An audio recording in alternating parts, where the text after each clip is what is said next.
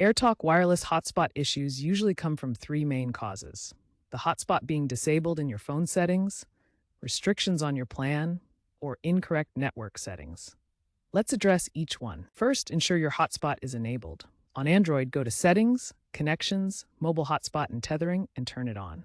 On iOS, open Settings, Personal Hotspot, and toggle Allow Others to Join. Second, check your plan. Basic AirTalk plans have limited hotspot data, like 1 GB. You may need to add more, for example, $5 for 2 GB extra. Verify your allowance in the AirTalk app. Third, ensure your network settings are correct. This is the most common issue. To verify, always check your data usage on the AirTalk app or website before troubleshooting further.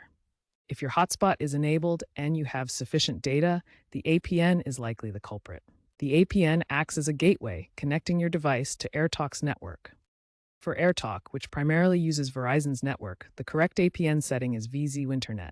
Some areas may use T-Mobile, requiring fasttmobile.com. Manually configure your APN in your phone's settings, save the changes, and restart your device. Incorrect APN settings are the most common reason why hotspots fail to connect. This should resolve 80% of AirTalk Wireless hotspot issues.